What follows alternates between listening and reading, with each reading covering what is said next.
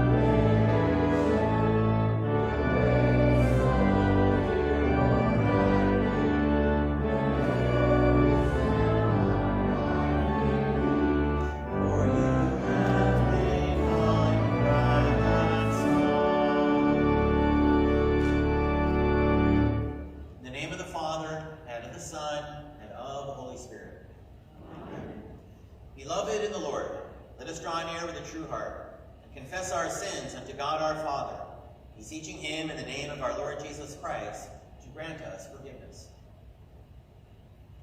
Our help is in the name of the Lord. I said, I will confess my transgressions unto the Lord. And you forgave the iniquity of my sin.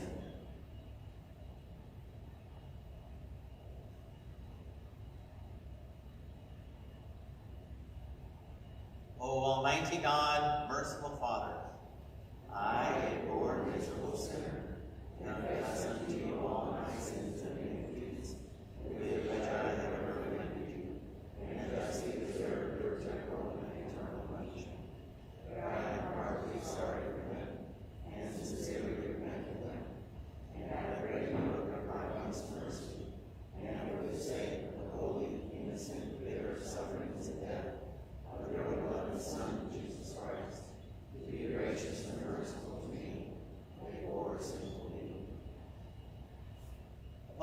this your confession. I, by virtue of my office as a called and ordained servant of the word, announce the grace of God unto all of you, and in this stead and by the command of my Lord Jesus Christ, I forgive you all of your sins, in the name of the Father, and of the Son, and of the Holy Spirit. Amen.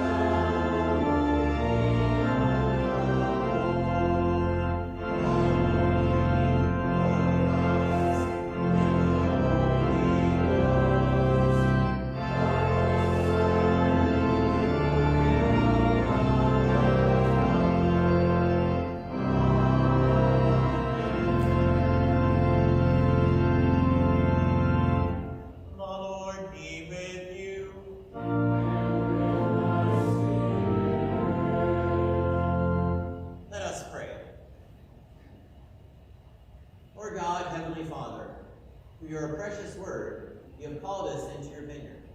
Send your Holy Spirit into our hearts, that we may labor faithfully in your vineyard, shun sin and all offense, obediently keep your word and do your will, and put our whole and only trust in your grace, which you have poured on us generously through your Son, Jesus Christ, that we may obtain eternal salvation through him, who lives and reigns with you in the Holy Spirit, one true God, now and forever. Amen. Please be seated.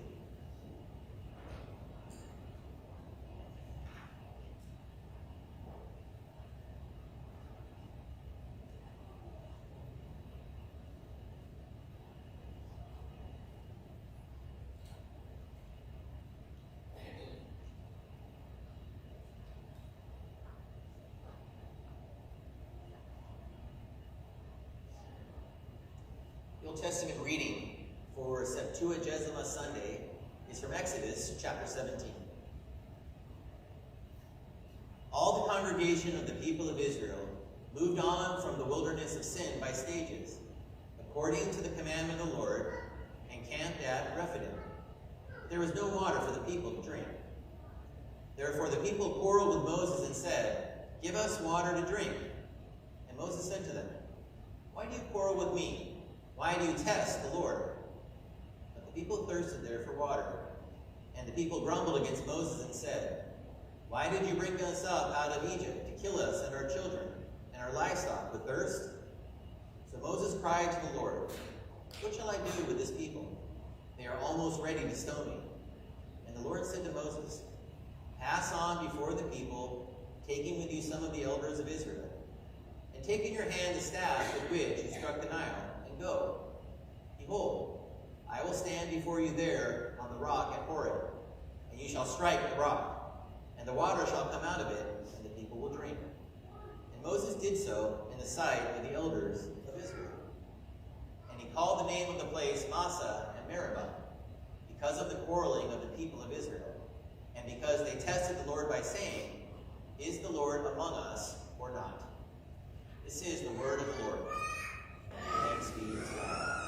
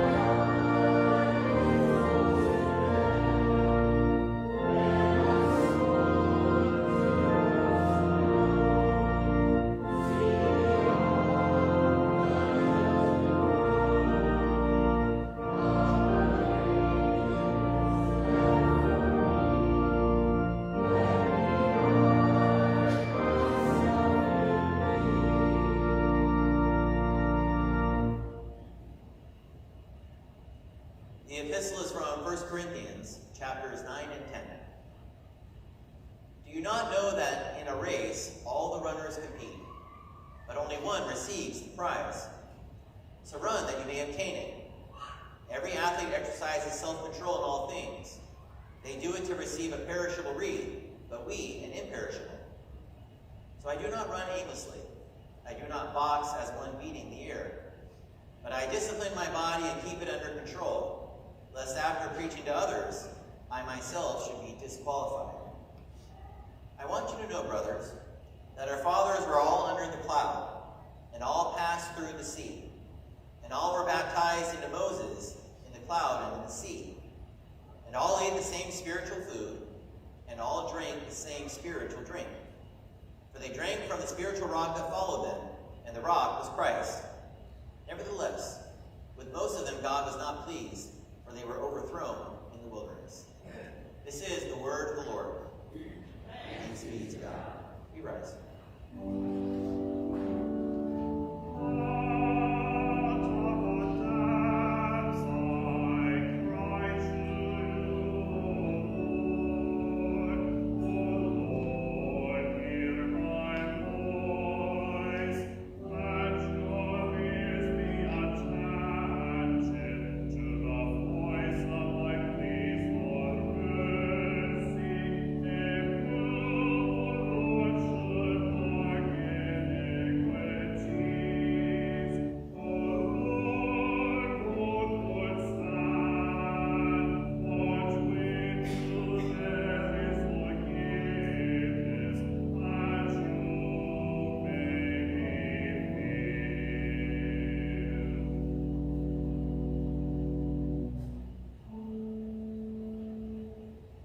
Gospel according to St. Matthew, the 20th chapter.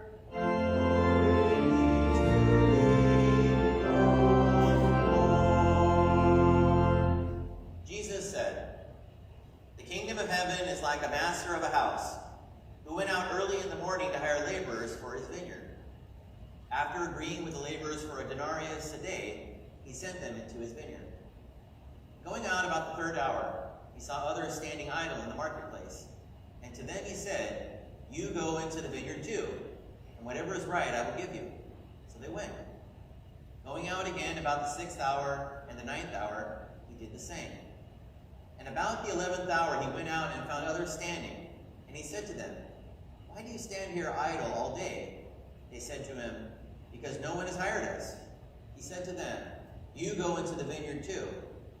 And when evening came, the owner of the vineyard said to his foreman, 'Call the laborers and pay them their wages, beginning with the last up to the first.' And when those hired about the 11th hour came, each of them received a denarius. Now when those hired first came, they thought they would receive more, but each of them also received a denarius. And on receiving it, they grumbled at the master of the house, saying, 'These last worked only 1 hour, and you have made them equal to us, who have borne the burden of the day and the scorching heat.' But he replied to one of them, 'Friend, I am doing you no wrong. Did you not agree with me for a denarius? Take what belongs to you and go. I choose to give to this last worker as I give to you. Am I not allowed to do what I choose with what belongs to me? Or do you begrudge my generosity? To the last will be first, and the first last.'" This is the gospel of the Lord.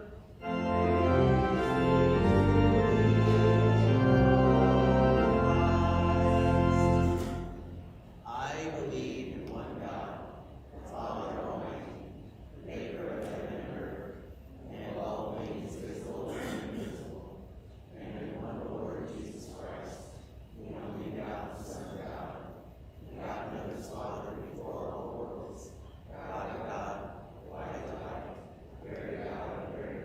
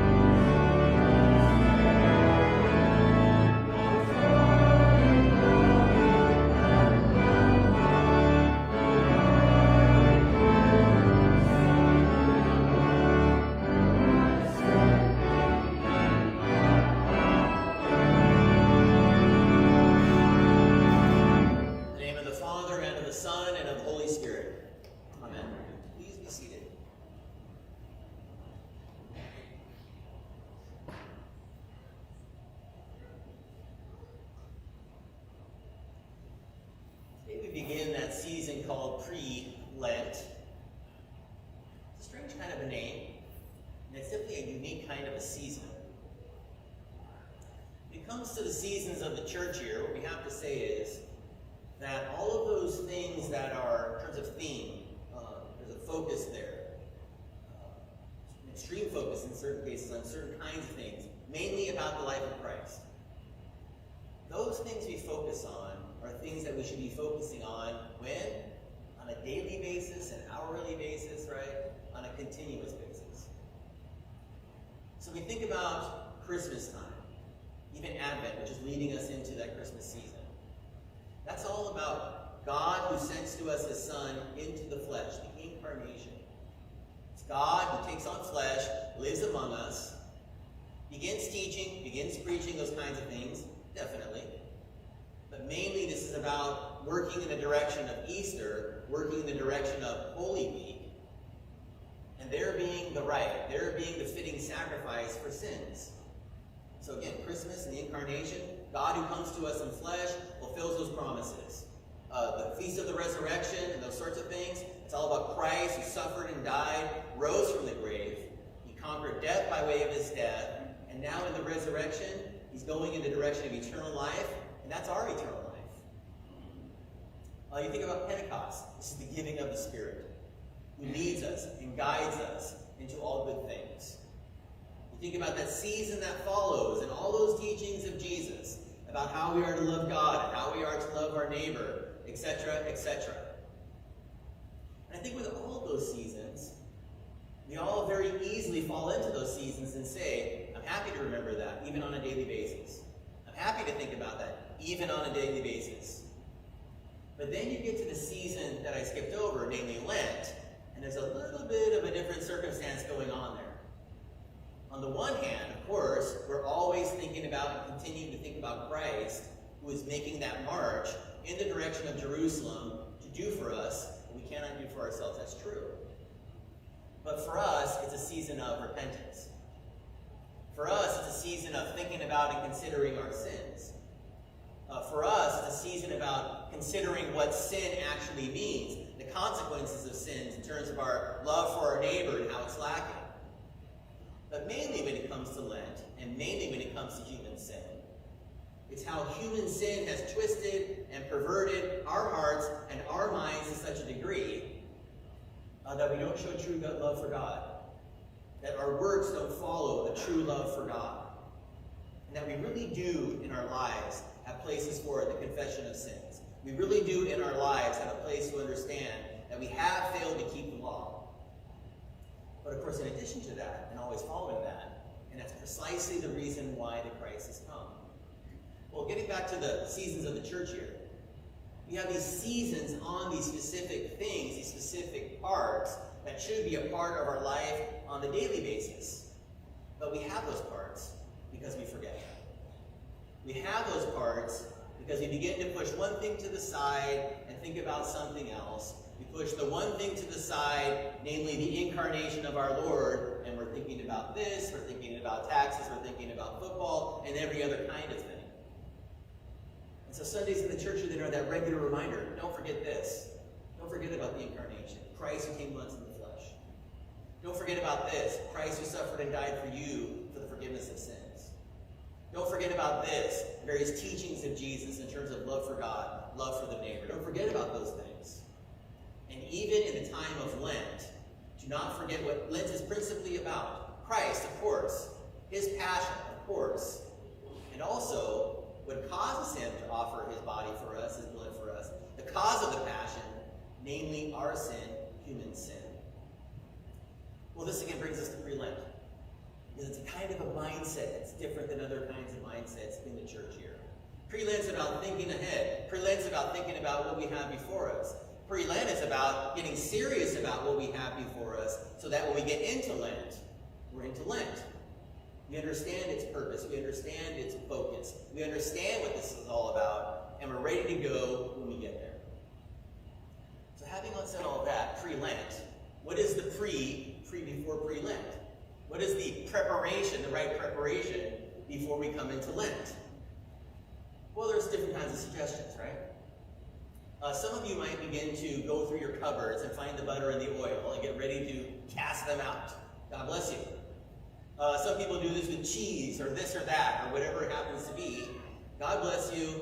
Have a good time. But here in Pre-Lent, if you're listening, here in Pre-Lent, if you open your eyes here and see what the readings are, fundamental to everything that we do, fundamental to every season that we have, is the right instruction, right recognition of what Christianity is all about. And that's what you get in these 3 weeks before Pre-Lent. And many would not expect that. It would be some version of, you better get ready, right? You better gird your loins. You better man up. You better do whatever you need to do to get ready for Lent. But that's not how the readings go. The reading for today is about what? God's grace. What God does. The reading for next week, this is the sower. This is about the Word of God and the significance of the Word of God.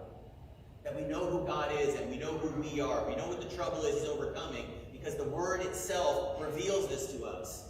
The Word is central to how we look at the world. The Word of God is central to how we look at ourselves. The Word of God is essentially central to everything we think and we do, because without the Word of God, we have no right knowledge of anything at all. And then finally, that last week, 3rd week, this is about faith. And in the Scriptures, faith is always considered with works. How is it that we have standing before God? How is it that God has favored us in such a way through His Son? How is it that God shows love for us and grants love to us in word, in sacrament, etc., etc.? Well, it's because of who God is and the way we receive those things, the way we're benefited by those things. It's not by way of works or offering works or cutting a deal with God or anything like that. It's rather trusting, having faith in, faith granted by the Holy Spirit, faith in God and His promises, promises that have come to pass in the life and the death and the resurrection of Jesus. Now, I know that's a lot to say here, so you want to talk about that later, even during the Bible study? Let's do it. But before then, let's talk about today's reading. So today's reading, this is the gospel reading. This is about the kingdom of God and what the kingdom of God or the kingdom of heaven is like. So just to say up front, Jesus is making this assertion.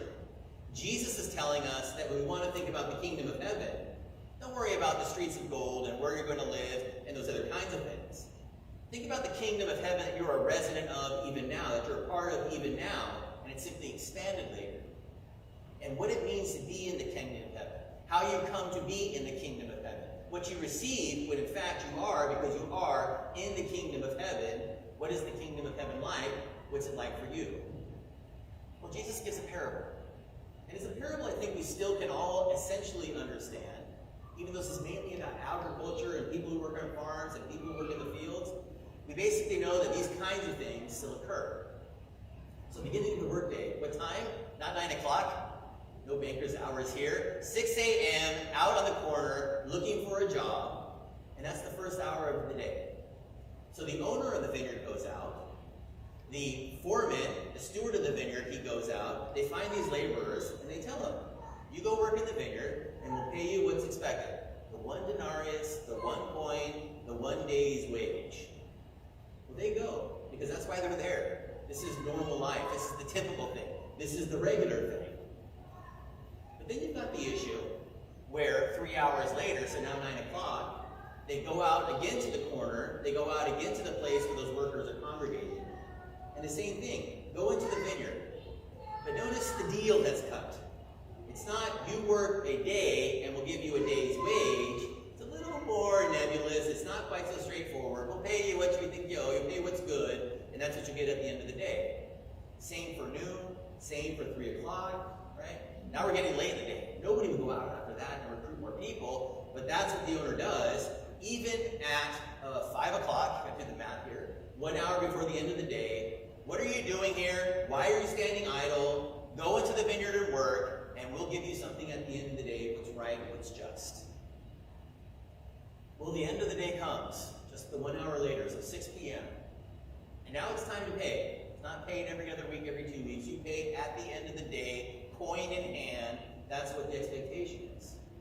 But the owner of the vineyard here, for his own purposes and his own design, doesn't pay in the normal way, which is maybe those who have been working the longest, let's pay them first so they can get out of here. Just the reverse. It's the persons who have been here just for the 1 hour, who were recruited last. And then paying through, and finally paying those who have worked the full 12 hours, have worked the fullness of the day. Well, when it comes to those who work just the 1 hour, they get that denarius put in their hands. And now you can see, you can imagine, you can understand exactly what everybody else is thinking. Whoa, not a denarius a day. He pays a denarius an hour, right? And that's why they're getting excited. That's why they're starting to think ahead here. Those who work the fullness of the day, by the way, 2 weeks' wages for working the 1 day. Because it's 6 days and 6 days, and they take the Sabbath off. So 2 full weeks here for working 1 day. That's what this great and wonderful owner of the vineyard is going to pay. I can just see it in my hands. I know exactly what I'm going to do with all these coins and all of this gold. I can't wait to get it. But then when it comes to the third, to the sixth, to all those kinds of guys, they all receive the same thing. A denarius, a denarius, a denarius. 1 denarius each. Well, as you might expect, and for reasons that I'm sure we can all understand and even embrace, those who worked the whole day, they were there the earliest, before anybody else got there. They worked through the middle of the day and the heat of the day. They did all of that labor. They did everything that was expected of them. And they're getting the exact same thing as the guy who shows up for an hour in the cool of the day, hardly even has a chance to get his hands dirty, is just basically, helping us out with the real work that we've been doing all throughout the day. And so they complain, and so they grumble against the owner of the vineyard. What's the position? What's the view here? They got 1 for an hour. We work 12. Therefore, you should be paying us the 12, right? That's the idea. That's what the thought process was. What does the owner say? Well, sorry, friend. He does call him friend. When we said, hey, you want a job? And you said yes. What did we say? 1 denarius. So in other words, what's legal, what's required, what's just, what's according to the law? 1 denarius. That's what you can expect.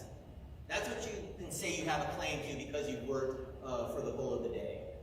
But when I turn around and I give other folks the same thing I give to you, I give them more than what I gave to you in the sense of they haven't worked those hours. What's it to you? This isn't about law. If you want to work in the category of the law, you got what you're owed, you got what you deserve, 1 denarius. But when it comes to the rest, this is about the owner of the vineyard showing mercy, showing grace, showing love for these folks who haven't worked the fullness of the day. And he even goes so far as to say, in the legal sense, after all what? It's my money. It's my property. You got what you earned, the denarius, you can take it and you can go. But when it comes to the rest of the payment, that's my money. And I can do with my money whatever I want to do with my money. And what I'm doing is, I'm paying them all the same as you. I'm paying them because I want to. Because I desire it. Because I desire for them to receive that amount of money. Out of love for them, out of whatever it happens to be, makes no difference. It's my choice, it's my money, and I'm giving it to them. Well, so this brings up very important and specific questions for us about this parable and what all of this means. So consider this as a question first. What is it that God actually owes us? What does he owe us? He's created us. He gives us life. He gives us the means in this world to sustain our lives. Right? All those other kinds of things you might think of, he needs to give you this, and everything else. Well, in fact, he has. Rain, food, air to breathe, so on and so forth, everything. God's given those things to us. And actually, to be honest about this, he doesn't really owe anything to us. Not even life itself, not even the air we breathe, not even the water we drink, or anything like that. He actually doesn't owe us anything at all. But what do we owe to God now that he has created us? What do we owe to God now he has put us in this world with those kinds of benefits and those kinds of good things for our health and to sustain our lives? Well, it seems to me we owe God quite a bit. In fact, we owe him everything. And so you see the 2 things here straight away. What does God owe to us? Nothing. What do we owe to God? Everything. And then you think about the men. And you think about working, because we all work, and we all know what work is. We all know we can always give a little bit more, right? I mean, coaches always remind us of this when we're running or doing push-ups. One more, an extra mile, you always got a little bit more to give. Have we always given everything 100% of who we are, our thoughts, our words, our deeds, our mind, our soul, everything that we are? Have we given these things to God absolutely? The answer is we have not. So we owe to God everything, but we fail to give it to Him. We fail to give it to Him in our thoughts. We fail to give it to Him in word. We fail to give it to Him in deeds. That's the truth. That's what the vineyard makes us think about. But what does God give us? And that's also what the vineyard makes us think about. What does God give us without merit, without earning, without slugging it out the fullness of the day at the level of 100%? What does God give us? Well, in terms of the physical things up front again, God gives us everything we need to sustain this body and life. Fields, cattle, and all that goods. But more than that, God has given to us His Son, Jesus Christ. God has given to us the means for the overcoming of our failures and the overcoming of our sin. God has given us not just the physical needs, but all of the so-called spiritual needs that we have in terms of sin and failure and everything else. He's given us Jesus Christ. He has given us Him in the flesh. He has given us His life, His death, His resurrection from the grave. And what does God charge us for this kind of gift? What does God charge us for this kind of benefit and good thing? The answer is, He doesn't charge us anything. All of the costs, all of the necessary costs, all of the burden has been laid on the Son, Jesus Christ Himself. So that God is now free the way the manager of the vineyard is free.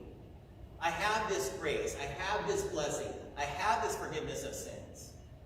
And whether you've been here a short time or a long time, or whatever you think that you're doing here to receive this, forget that. Think about who the person is who's giving you this, and what is the thing that He's giving you. God is giving you His Son, Jesus Christ. God has given you His Son, Jesus Christ. God will continue to give you His Son, Jesus Christ. In His Word, that tells sinners, comforts sinners, you have the forgiveness of sins because of Jesus. In Holy Baptism, where that Word is applied to us very specifically, by way of water in the Word, and your sins are washed away by God who desires to wash you. Nobody can show up to the font and say, God, you must do this today because after all I showed up, and I showed up on time, 9 o'clock. I want to be washed. That's not how we approach the font. We approach the font in our sin. We approach the font in spiritual filth. And they're God who has love for us. God who desires to wash us. He washes us in the font. He washes us in the blood of Christ. So that we have all of His benefits and all of His good things and His forgiveness and His life and salvation. And of course, the same goes for the supper. It's the same idea. We show up here and nobody can demand. I would be quite stunned to hear somebody say, here I am, God, feed me. As a command, as a directive. That's how you're supposed to manage your property. That's what you're supposed to do. No. We come here on bended knee, and what we say is, God, I'm broken. God, I'm hungry. God, I need something. I need your Son, Jesus Christ. And God, who is gracious, is more than gracious here and grants us what we need, even when we don't fully understand our needs. Grants us His Son in bread and wine. Grants us His Son in body and blood. For what purpose? To forgive us, to restore us, to sustain us in our lives as Christians, in the world, and with the troubles that we face. So this parable of the kingdom, here we go, in the vineyard, there's so many dimensions to this, so many things you could talk about. But the main thing here is the graciousness of the owner, who does with his property as he sees fit, who grants things to people who don't earn it, and grants it to them solely out of grace, solely because of His desire, solely because of His love for them. And so it is for you, not a parable now, but real life. You have been granted all of the benefits, all of the gifts, way more than a denarius could ever buy. You have eternal life with God. You have the forgiveness of sins. You have the gift of the Holy Spirit Himself. And God has granted you these things, again, because of His love for you, because of His desire to show mercy, because He is a gracious God. So for the vineyard and for Christ himself, we offer our thanks. In the name of the Father, and of the Son, and of the Holy Spirit. Amen. We rise. Peace of God that passes all understanding, keep your hearts and minds in Christ Jesus. Amen.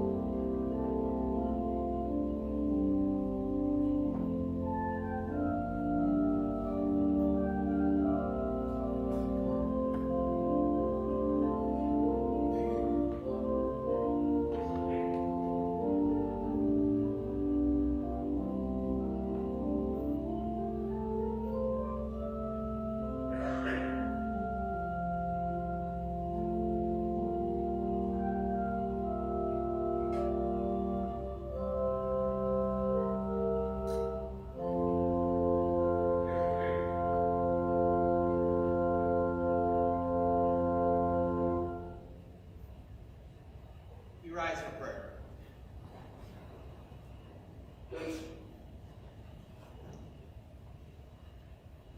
Let us pray.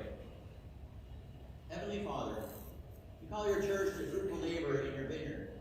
Cause us to recognize our unworthiness for such a gracious gift, to rejoice in the salvation we have in Christ, and to remain steadfast in your word. Lord, in your mercy. Hear our prayer. Father of all, you have built your one holy Christian church on the rock of Christ, and order her according to your gracious will. Instill in all who teach the word godly wisdom to know your word thoroughly, and enter people a patient spirit that waits on you, waits on your heavenly provision. Lord, in your mercy, hear our prayer. Master of the vineyard, you call us by your grace to work and live in your kingdom, not as slaves, but as children of the Most High. Work graciously through the teaching and example of fathers and mothers to preserve the faith of children and help them to grow in Christ until life's end. Lord, in your mercy, hear our prayer. Almighty God, you have established all authority upon heaven and earth. Be a blessing, not a burden. Remember those entrusted with civil authority here and in all places, and enable them to serve with wisdom and integrity. Lord, in your mercy, hear our prayer. God of all comfort, graciously regard all for whom we pray, especially Gail, Wendy, Linda, Sarah, Dahlia, Jan, Jacob, Carol, Sandy, Cammie Rose, Deborah, Carolyn, Mark, Robin, and Joe. Give them contentment to receive what you send them, confident that whatever is right you will give them, since you work all things together for the good of those who are called according to your purpose. Lord, in your mercy, hear our prayer. cause all who receive the sacrament of the altar on this day to discern the body and blood of Christ given for the forgiveness of our sins. Lord, in your mercy, Hear our prayer. hear us, Heavenly Father, for the sake of Christ Jesus our Lord, who lives and reigns with you in the Holy Spirit, one God, now and forever. Amen.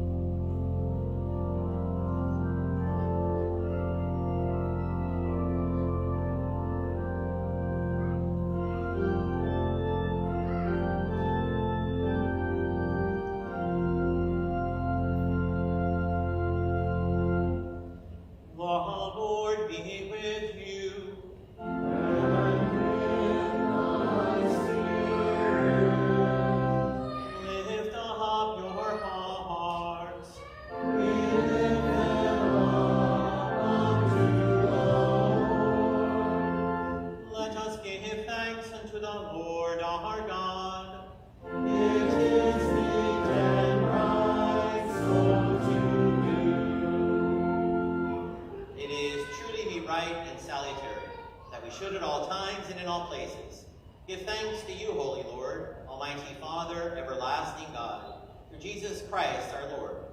For what had been hidden from before the foundation of the world, you have made known to the nations in your Son. In him, being found in the substance of our mortal nature, you have manifested the fullness of your glory.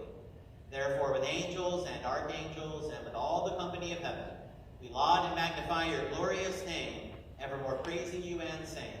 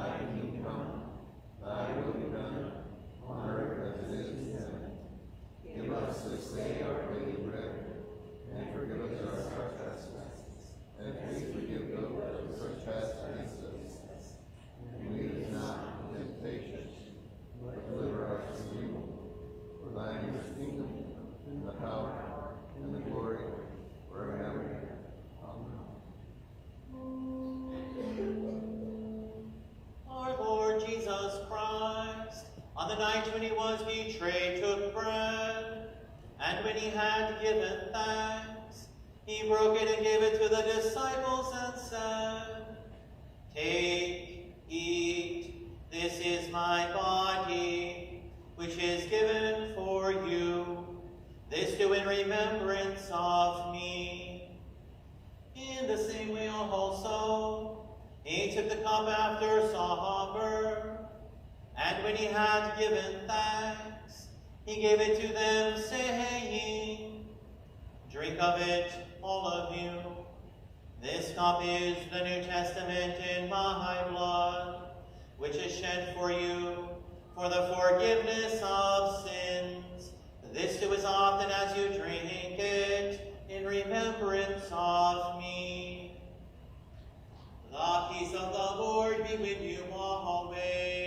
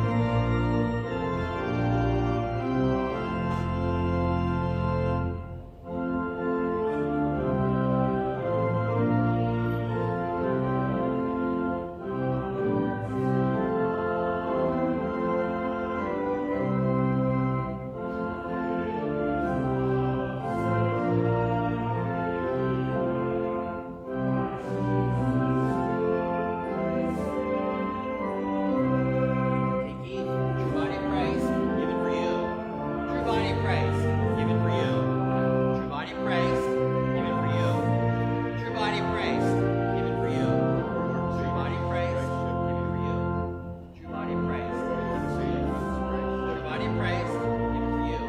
Blessed be God, the Father, Son, and Holy Spirit, with you always. True body of Christ, and for you. True body of Christ, and for you. True body of Christ, and for you.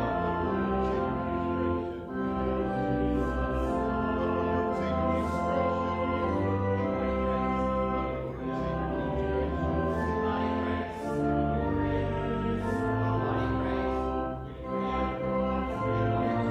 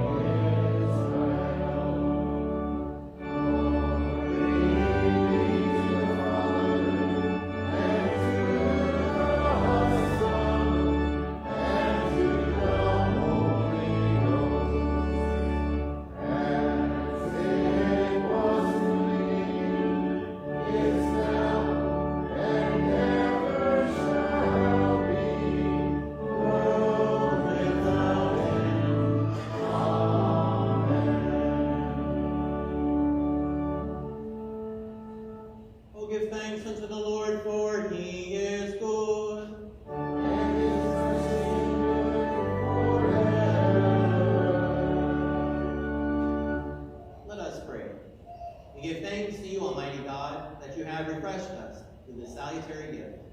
And we implore you that of your mercy, you would strengthen us the same in faith toward you and in fervent love toward one another. Through Jesus Christ, your Son, our Lord, who lives and reigns with you and the Holy Spirit, one God, now and forever. Amen. The Lord be with you.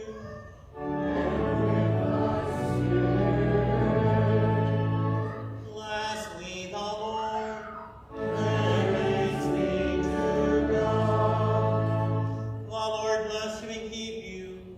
The Lord make his face shine upon you and be gracious unto you. The Lord lift up his countenance upon you and give you peace. Amen.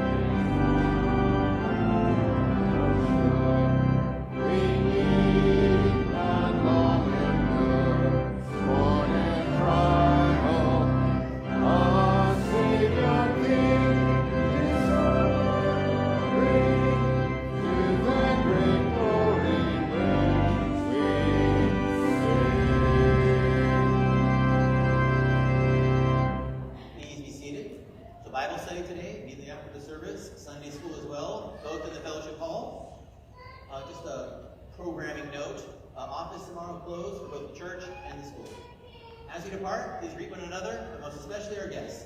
Depart in peace.